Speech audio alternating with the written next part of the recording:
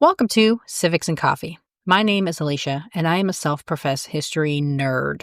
Each week, I'm going to chat about a topic on U.S. history and give you both the highlights and occasionally break down some of the complexities in history and share stories you may not remember learning in high school, all in the time it takes to enjoy a cup of coffee.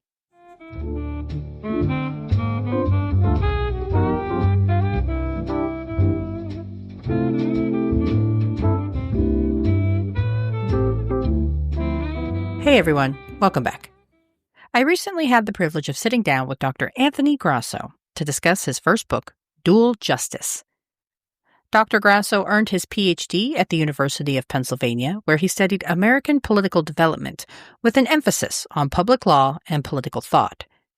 We held our conversation over Zoom, so I am inserting my standard sound quality warning here. I hope you all enjoy the interview. Hey, everyone. With me today is Dr. Anthony Grasso. He is a professor of political science at Rutgers-Camden University who recently wrote Dual Justice, America's Divergent Approaches to Street and Corporate Crime, which will be the focus of our conversation today. Welcome, Dr. Grasso. Hi, thank you so much for having me. Happy to be here. Thank you for coming in. So let's go ahead and dive on in. As the title suggests, you spend this book analyzing America's varied treatment of corporate and street crime. How did you come to this research? Right, yeah, so I think there's probably a couple things that drove me here. So when I was in graduate school, I was studying. I'm trained in political science, but I'm interested in history. I'm a historically kind of driven political scientist, and first, I would say that my interest in this topic basically came from a really influential class I took as a graduate student. I had a professor who taught us a course that was about race and American political thought, and it really kind of dove deep into this history of eugenics and race science and how all of that kind of constructed how we really understand what it means to have racial difference and all the harms that came from that. And I was interested in studying crime, so I kind of took that as an opportunity to look at how crime got constructed through these sort of differences that came out of eugenics research and race science. So that's where it sort of originated. But I think the other thing that also really influenced it and how I came to study the sort of varied difference of street and corporate crime through the lens of this history is I started graduate school in 2012.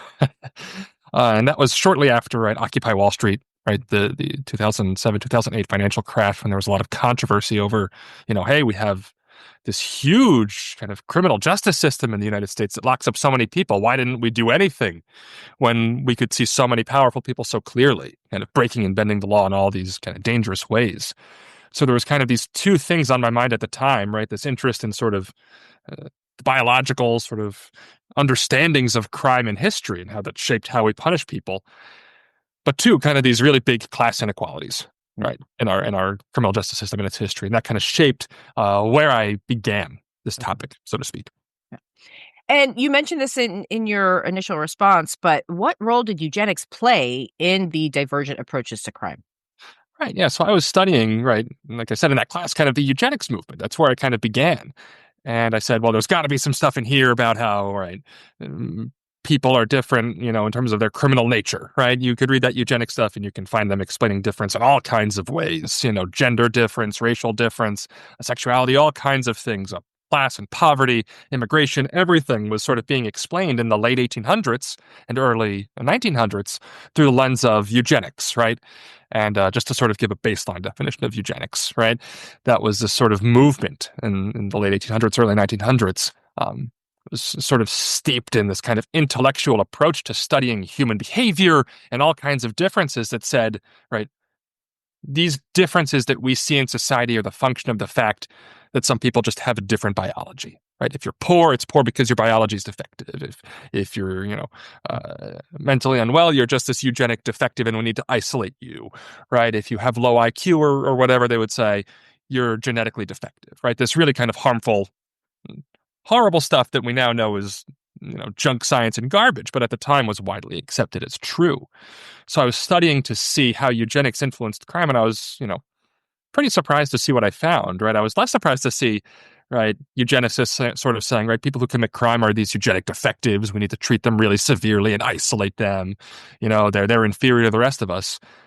But I was more surprised, right, to see them kind of talking about the corporate elite in a very different way, right? I wasn't necessarily expecting that, and it was interesting to see in some of this eugenic research. But if you're, familiar with the history, right? The late 19th century, late 1800s, that's the era of the robber barons and the Gilded Age, right? And all these major sort of corporate executives and titans in oil and steel and stuff. And eugenicists are sort of looking at these guys and saying, yeah, Vanderbilt might, manipulate the way his railroads run to, push these certain towns that cross him into financial ruin. He might be using all sorts of manipulative tactics to really harm people, but he doesn't look like a criminal. He doesn't seem to have that biological disposition, right? And that sort of nature that we associate with a biologically, naturally occurring criminal. There's something else at play with him. He's just this sort of, he's got this sort of naturally entrepreneurial spirit, kind of. That entrepreneurial spirit was almost understood as a genetic trait you were born with. And they said all the harmful things that these executives are doing, it's not coming from a sort of criminal nature. It's coming from this competitive nature. And we like that. We don't want to punish that too severely, right? So we're going to punish the criminals that look like they're biologically defective. But those sort of corporate elite who are doing really harmful things that lots of people are saying, we should maybe respond with a serious, legal intervention. Eugenicists are kind of saying, that doesn't seem right. They look like they're these sort of good people who are driven to do really competitive stuff, even if people get hurt along the way. So we want to approach that differently. And they thus kind of supported regulations, right? They're regulatory agencies to oversee those harms in a way that kind of pushed criminal punishment or legal control off to the side, so to speak. Yeah, that's a great segue into my next question because you kind of explore these varying ideologies. And so, can you outline the difference between rehabilitative and regulatory ideology? Or yeah, so my book basically argues that these eugenic ideas kind of gave rise to these two different ideologies of control, right? And one was rehabilitative ideology that punished sort of street criminals, and then regulatory ideology punishing corporate criminals. So it's kind of odd, right? Because we think about rehabilitation as this very compassionate, benevolent sounding thing. But if you look at eugenicists who are writing in this era, they were embracing what was kind of called the rehabilitative ideal, right? In the late 1800s, American prisons kind of became reoriented, right, to focus on this quote unquote rehabilitative ideal, the idea that when we incarcerate people and put them in prison, it should be a rehabilitative experience. We should equip them to be law-abiding, productive when they are released. And eugenicists kind of embraced that in a very interesting way, right? They said, well, okay, yeah, we're going to endorse these rehabilitative measures behind bars, right? But not everybody is going to naturally be fixed. Some people might go out and still commit crime, and those are the people that we know, right, are the incorrigibles, right, is what they would call them, right? The people who were so biologically prone to crime that we simply can't fix them, right? So eugenicists kind of adopted what I call this rehabilitative ideology as a way to kind of sort the prison population. We'll try to fix you in prison. If we do, great. If we don't, then you're this incorrigible biological defective we're so afraid of. And they would adopt all sorts of really severe penalties for them, right? Incarcerating them for very long periods of time. Criminal sterilization was a very popular measure eugenicists endorsed and state legislators endorsed. The idea that, again, I'll zoom out just real quick for the history on this, right? But eugenicists endorsed compulsory sterilization by state governments for lots of people who were, mentally ill, had low IQs, people who they thought were too dependent on welfare, right? States said, you seem like you're genetically defective. We're going to forcibly sterilize you so your bad genes don't reproduce. And criminals were often included in that. So this rehabilitative ideal or ideology kind of was dual-sided. We're going to rehabilitate some people, but those of you who can't be fixed, you're eugenic defectives, we're locking you up for as long as we can, or even worse. But on the flip side, we have this secondary ideology, this regulatory ideology that came out of eugenics that said, right, well, those corporate elite doing this harmful stuff, you don't have these horrible genetically defective natures. You must just be naturally competitive businessmen, because it was all men at the time, right? So instead of using punishment to regulate your behavior or monitor your behavior, we're going to create these economic regulatory agencies. The Interstate Commerce Commission was sort of the first big one made at the federal level.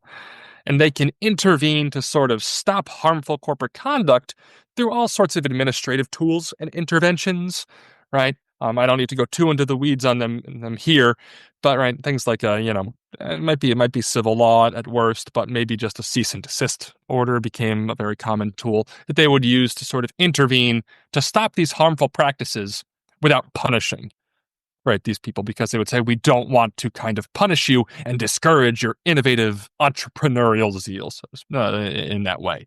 So it kind of created these two very different approaches to punishing two very different classes of offenders. Yeah. And you did touch on this a little bit in the previous answer, but just want to give you, a chance to expand if you want. How did these ideologies influence this unequal legal arrangements you describe?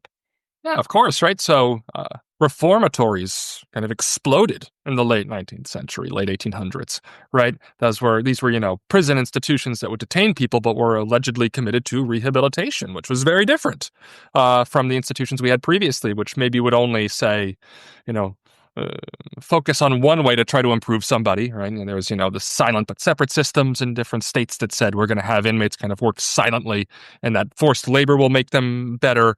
Or the silent system where they were kind of forced to sort of almost religiously contemplate, right? Those were the kinds of common systems we saw earlier.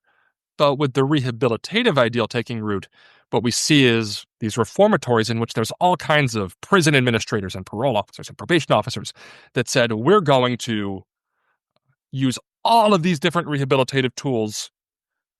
Maybe we'll, use education programs, job training, labor, religious exercise, all these different options. We're going to look at all of the people we have here and try to tailor a response to what they need to try to rehabilitate those individuals. So it was a very different kind of approach to institutionalizing people who broke the law.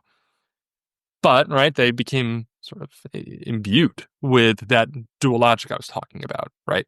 So the core sort of policy innovation of the rehabilitative model was the indeterminate sentence, right? And that was sort of an approach to sentencing in which judges would sentence someone to a range of time rather than a specific amount of years. Instead of you're going to get 5 years, it's you're going to get 3 to 8 years. And then we're going to let those prison administrators determine when you've reformed and can be released. So there's all kinds of incentives for you to do better and change, right? And all sorts of ways that those administrators can try to fix you specifically based on what they think you might need, right? So again, this sounds great, but a lot of states actually ended up saying, hey, we love this indeterminate sentence. Look, it's actually increasing how long we're holding people for, right? Because a lot of people were found to be incorrigible, right? So it had this sort of unanticipated, at least from our perspective, as sort of people who are looking retroactively at backwards at the history, saying, "Oh, that seems like it's so much, more compassionate than the harsh sentencing we have now." Well, actually, at this point in time, people liked it because they were able to hold people that they thought were incorrigible for longer, right? So it influenced institutions in kind of those ways. But then on the other end, we get the creation through the regulatory ideology of kind of the origins of the federal regulatory state. We didn't really have much regulating big businesses and industries prior to the late 1800s, but railroads are growing, causing all sorts of, having all sorts of positive effects, but also causing all sorts of tremendous harms, right? And the federal government finally kind of says, okay, we need to actually regulate these a little bit. But, in the debates that we see over major regulatory institutions like the Interstate Commerce Commission, which regulated the railroads, the first federal regulatory agency, or the Federal Trade Commission in 1914, another big one, right? All these debates kind of begin with this sort of claim that, hey, what these guys are doing is really harmful. Maybe we should punish them.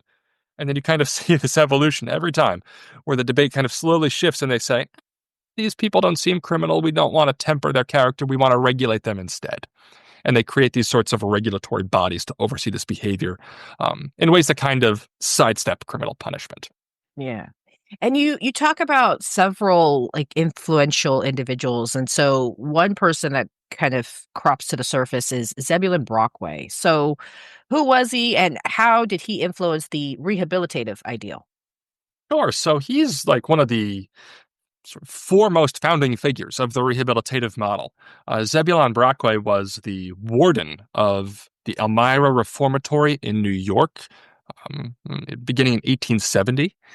And he was really sort of the first prison administrator to implement the rehabilitative model to its full extent, right? So he was kind of regarded as this sort of reformative figure, right, in changing how we punish people and embrace this rehabilitative style of punishment. So progressives, right, sort of loved the guy, right, that he was really kind of changing punishment and fixing people.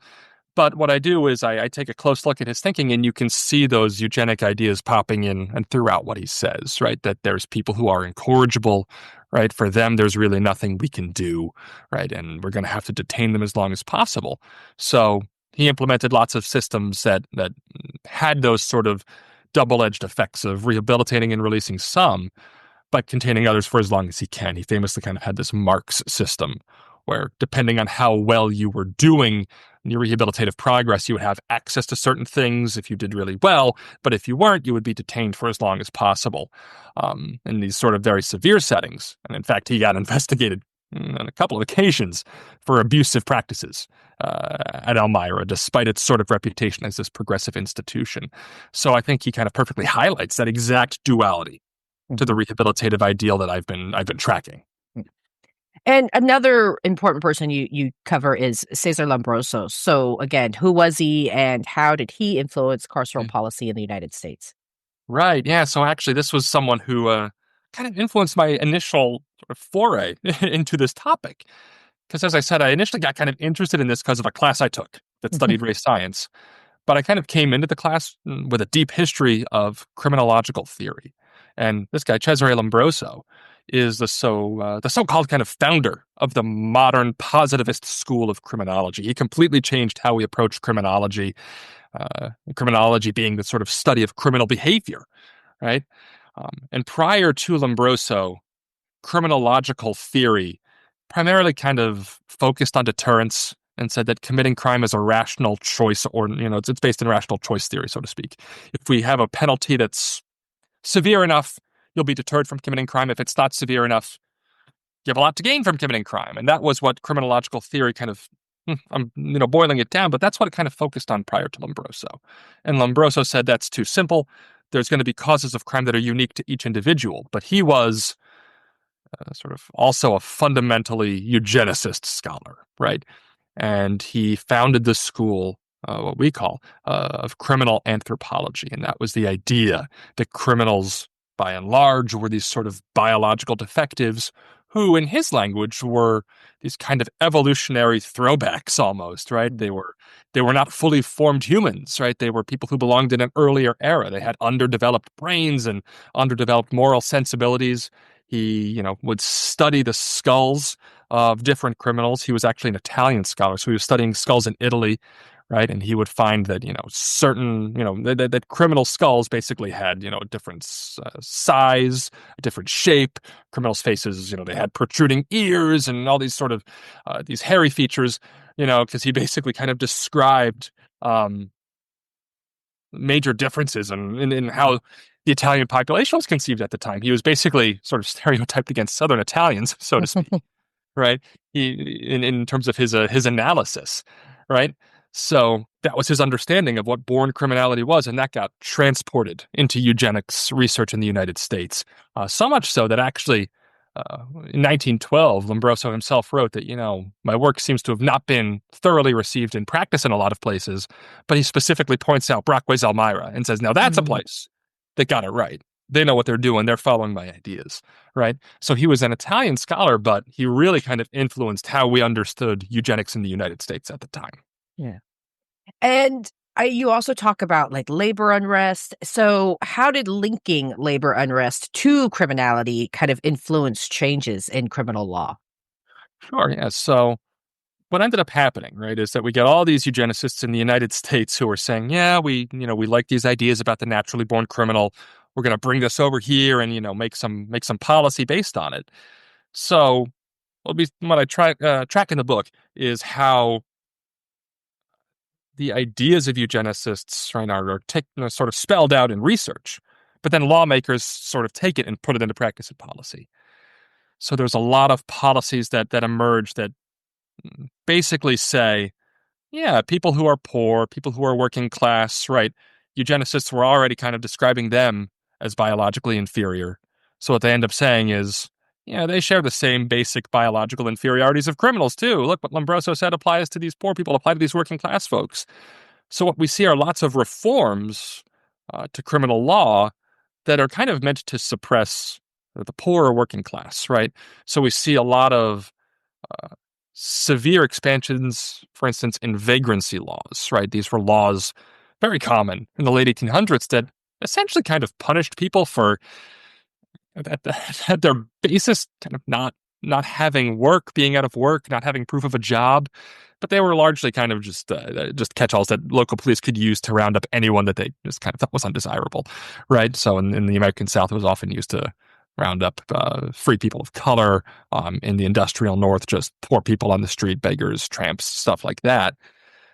But we see a real increase in how vagrancy laws were shaped, and they became increasingly punitive, sometimes instituting multi-year prison sentences, right, for violation of vagrancy law.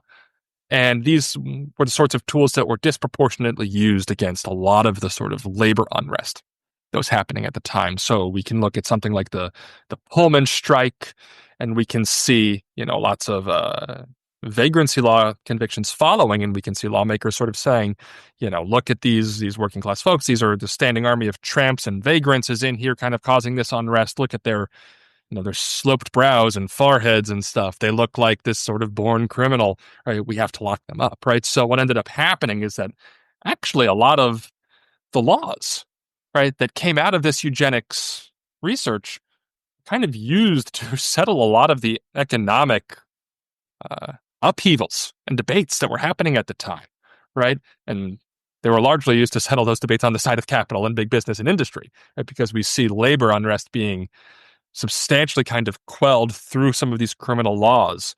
And ultimately they were punished, and those movements were shut down in ways that kind of helped to settle bigger debates about what the economy should look like, right? After we see, right, the Pullman strike and some of these other strikes get punished so severely, we see a lot of labor organizations kind of swinging back to the middle and saying, instead of really challenging the political economy, we're going to adopt a more mellow, moderate approach here, right? So a lot of those laws based in eugenics actually helped to shape the way that those debates about the economic order kind of ended. Yeah. And this has been a theme in some of your answers, but how did regulatory ideology kind of embed acceptance of corporate misconduct into institutions? Yeah, so in short, what I was kind of alluding to before is that a lot of these major regulatory debates I track, right, like the Interstate Commerce Commission debates or the Federal Trade Commission debates, begin with essentially kind of a controversy, right? Major outrage and anger that, populist movement was having or the progressive movement was having, saying, hey, look at the railroads, they're really harming people. Or, hey, look at these big financial industries, right? They're really harming people. And the sort of initial driver of a lot of these debates was, what these guys are doing doesn't seem that much worse than robbery. We should really kind of do something about this, right? But what regulatory ideology kind of says is, right, well, no, we don't want to punish these people too much and temper their innovative spirit. Let's regulate them instead. So those debates slowly tend towards regulating, right, rather than punishing that corporate wrongdoing. And that does kind of embed, to borrow your language, embed this kind of acceptance of corporate misconduct into our institutions.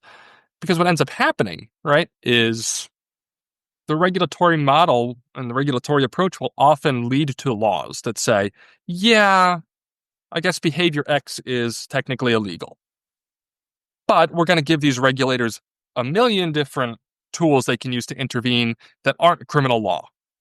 They can punish them if they want, but they have a million different administrative tools here. So what will often happen is regulators will naturally use the much easier to use administrative tools, right? And there's benefits to that. I don't want to downplay that. But what ends up happening is that a lot of these corporations can come off and say, well, we've never broken the law. And if you look at a little bit under the surface, what's happening is they've actually broken the law quite a bit. It's just that regulators are responding with tools X, Y, and Z instead of resorting to criminal punishment or a criminal referral that they could make, right? So it kind of encourages us to look at these corporations and say, well, they're not breaking the law. When in reality, if you kind of really look closely, they're actually often the case, repeat violators in many, many different ways. And we just don't see that because of the way these institutions are built. Yeah. And who was John Reagan, and how did he influence the Interstate Commerce Act?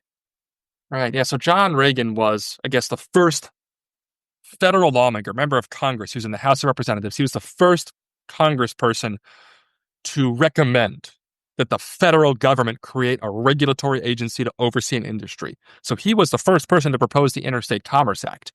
And in some ways, he kind of set the terms of debate, right?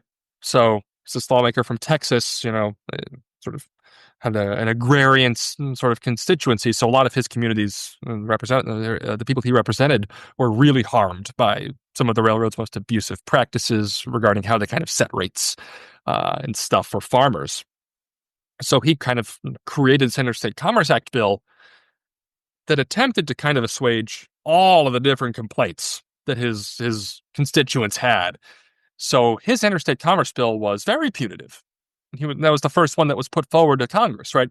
Used pretty strict criminal penalties in a lot of ways to go after the railroads.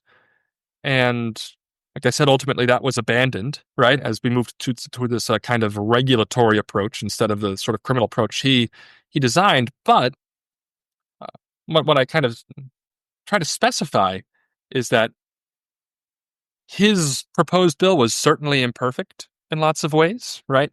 It was extremely punitive, didn't always reflect a kind of fully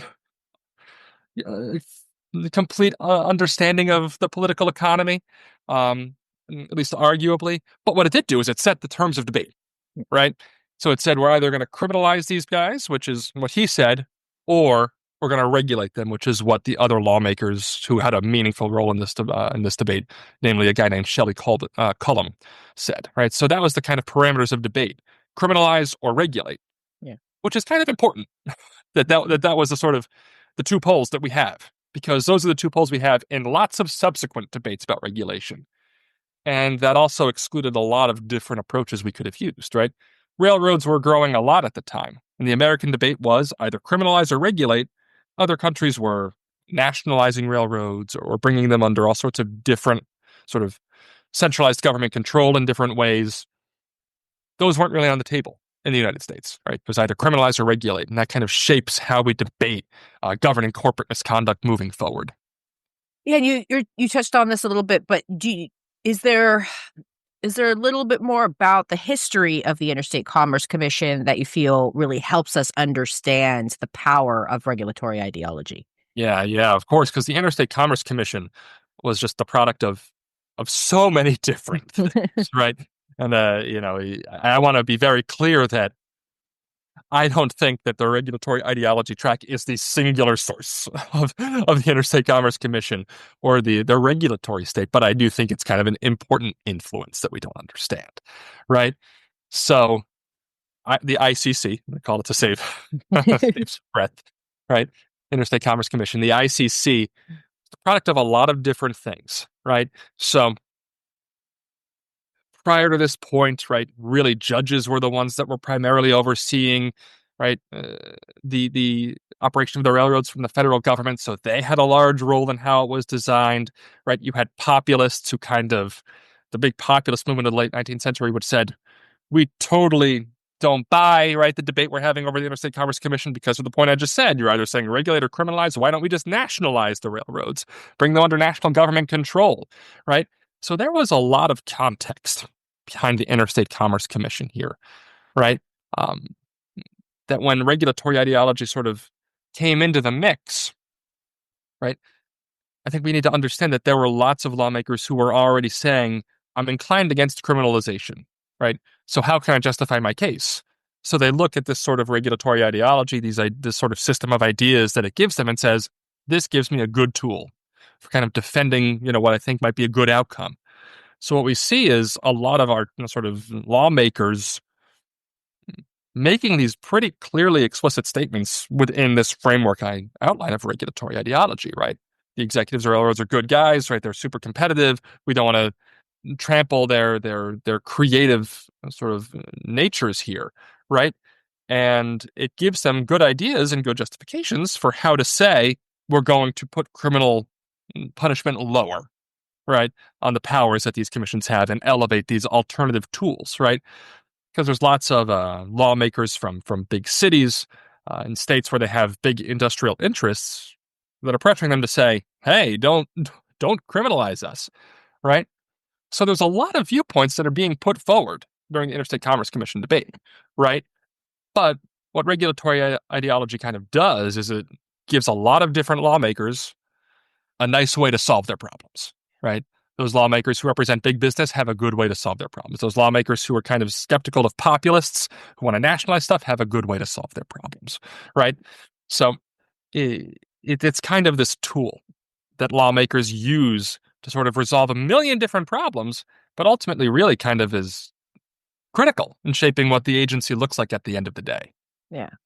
And the one thing that I really enjoyed about this book is that it felt so timely. So, how does this history help us understand our current system?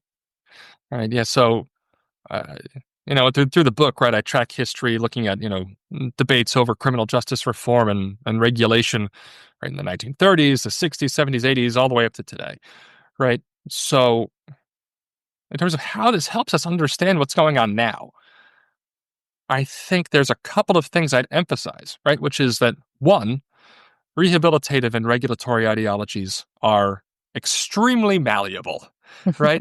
Lawmakers have been able to pick them up and kind of shape them in new ways to justify all sorts of different outcomes, right?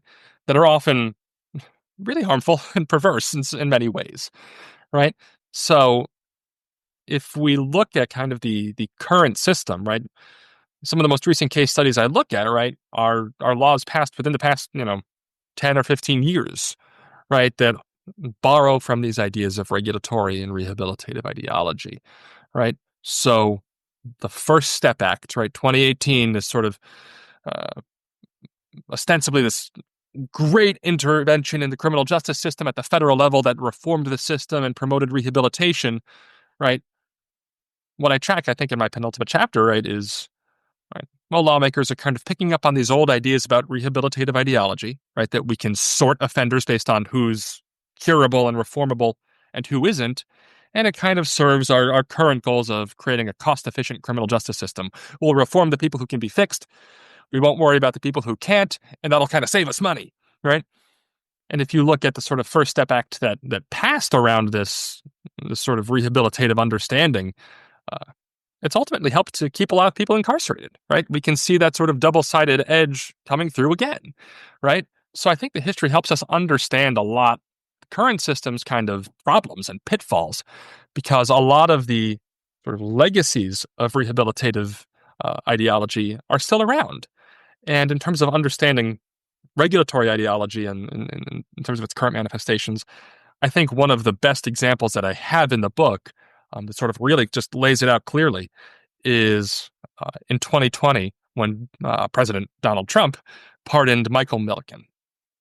So again, I'll try to do a quick history here.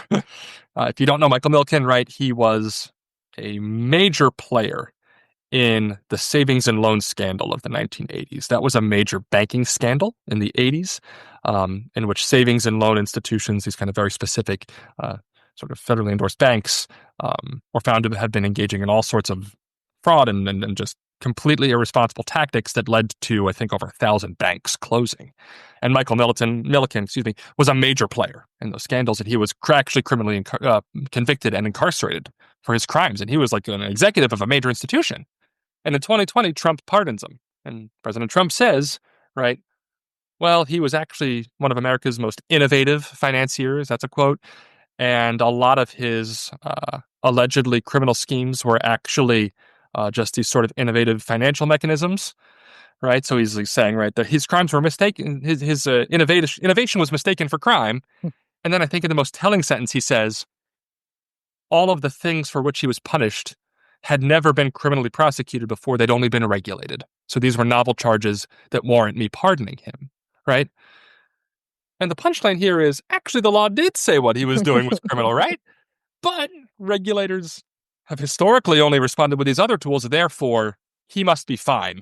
and prosecutors must just have been mistaking his entrepreneurial spirit for a criminal character, so I'm going to pardon him, right? So you can see those ideas that have real staying power right now, right?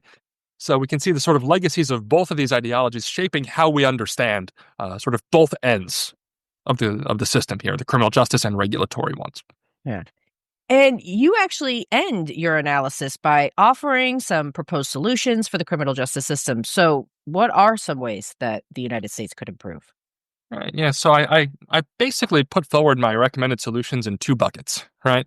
I have my kind of large scale, solutions that require massive systemic change, right? And then my more sort of realistic, bite-sized institutional reforms that are a little more manageable, right? And I like to propose both because I think each side kind of essentially has weaknesses, right? That make, but they also have strengths that sort of complement one another, right? So I recommend a lot of smaller institutional reforms that I acknowledge, aren't going to fundamentally fix the system. But I mean, if we look at something like the American criminal justice system that is the largest in the world, right, it's hurting a lot of people's lives, right? So we can wait for the big systemic changes. But if we want to have some immediate relief, we need to make some smaller changes where we can, right? So some of the smaller solutions I make for the criminal justice system include, for instance, reconsidering how we use criminal history in sentencing, right? Which seems like a big ask, but here's the catch, right? In America, a criminal history, if you have a criminal record, it can increase your sentence often way more than the crime you've actually committed, right? Some of the most famous, examples of three strikes laws, right? Those laws that punish people with 3 felonies with really severe sentences. You might find someone who's committed 3 felonies and they're all, shoplifting or robbing from a store, and they might get life incarceration because they have a criminal record, right? In America, that approach is very much a legacy of that rehabilitative model where we would say, hey, if you have a criminal record, that's proof you're incorrigible. We got to lock you up for a long time, right? If you look at other countries, they don't do it that way. A lot of countries in Western Europe say, yeah, we can consider your criminal history, but it can't increase the sentence above what the sentence maximum is. So if your third sentence is, say, shoplifting and it can carry a year in prison, you can't go above that. We can consider your criminal history, but we have to put some reasonable limits here, right? We calculate criminal history so heavily because it's a legacy of that rehabilitative model and its mission to identify and punish incorrigibles. So why don't we make our system a little more reflective of how other countries do it? Other countries also use constitutional and legal protections to human dignity to provide certain protect against certain severe sentences and guarantee the provision of different opportunities behind bars. I think we could do that as well, right? And then in terms of sort of institutional reforms to how we approach corporate crime, I think we probably need some new divisions in the Department of Justice that are more appropriately suited to go after corporate crime. And these are just a few of the solutions. I'm not going to name them all for the sake of time, right? But those are some of the smaller sort of institutional reforms, I think.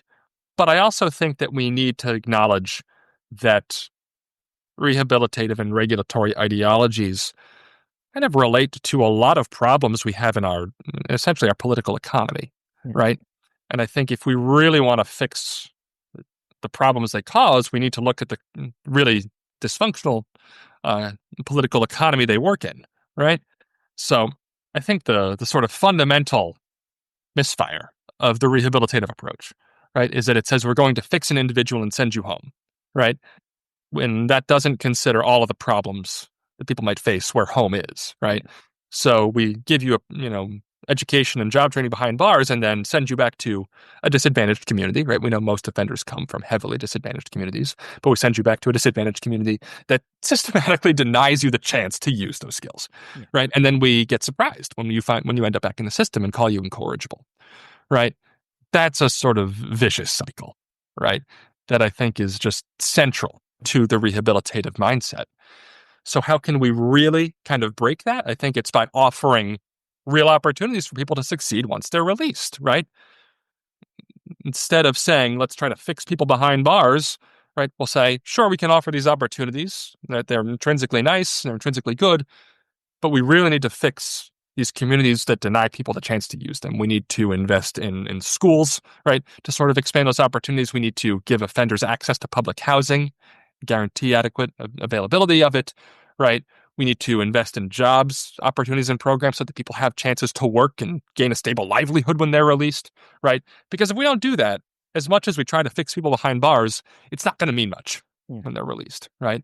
So in that way, I think we really kind of need to rethink the political economy behind the rehabilitative model. And the same kind of goes for the corporate end, right? We can create divisions in the Department of Justice, right? Rethink how we calculate the value of regulation. But we have enormous banks, enormous institutions that can kind of basically take the hit. If you punish them, they can probably withstand it as the cost of business, right?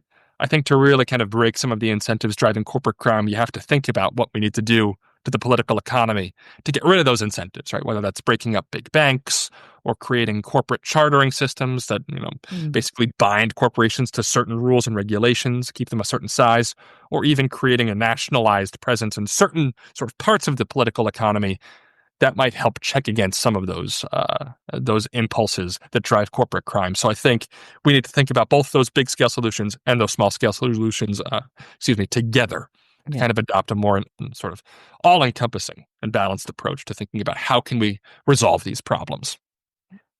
And what are you hoping readers take away from your book? I mean, I hope it just sheds some light on sort of the system we live in right now, right?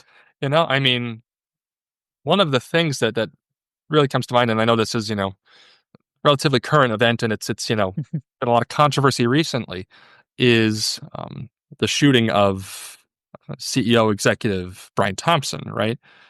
So allegedly shot by Luigi Mangione, and I know that a lot of the response online, people has been basically expressing no sympathy for him, right? For Brian Thompson as the victim of this shooting. It's obviously a tragedy, and vigilante justice is not justice, but how can we look at this and say, why are people so unsympathetic here? Why are people kind of angry and kind of like expressing this sort of cynical attitude? And I think it's because people are sort of coming to realize that, okay, so this guy shot him, that's a form of crime, and that's a form of violence that really hurts people. But you know what else is a form of violence, right? Denying people healthcare coverage because they didn't get pre-authorization. And that one's legal under the law. And I think that sort of anger and frustration that people have and they're expressing kind of stems from these very problems, right? Where we say this form of violence is bad and this form is okay, right? And again, I want to make very clear that's not to endorse any of that, right? As I repeat, violence, vigilante justice is not justice. But how can we understand the sort of public's kind of shockingly cynical reaction here? I think it's kind of grappling with these very unfair systems I'm trying to talk about. Yeah, it was one of the first things that I thought of as I was diving into your book was the recent events, and so I'm so happy that you kind of touched on it because it was definitely in the forefront of my mind as I was reading it. It was like, the book is very timely because it speaks to just these frustrations and these issues, and people are kind of realizing how unfair and how unjust the various systems are. Unfortunately, very applicable. Yeah, unfortunately, for sure. Yeah. And so where should people go when they've finished your book and they want to learn more about you and your scholarship? Sure, right. I mean, well, I have a couple thoughts on that because I think it's actually incumbent on academics to try to make ourselves accessible to the public, which is why I like talking on shows like this to sort of try to get the information out there. But there's other places where I've written on these similar ideas. I have a couple of op-eds that you can find, right off my website.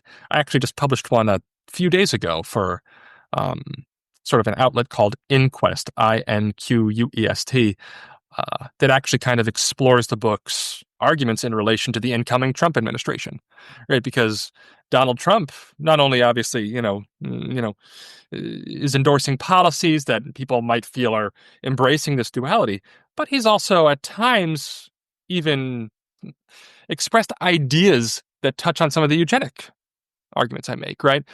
There's an interview he gave last October with a commentator where he says, all these people who are crossing the border, I think they're murderers, and a murderer is a murderer by their genes, right? He makes a very explicit eugenic argument. And then in his book, The Art of the Deal, right, he has this quote where he says, deal making's in your genes too, right? So we think that maybe, these eugenics ideas go away.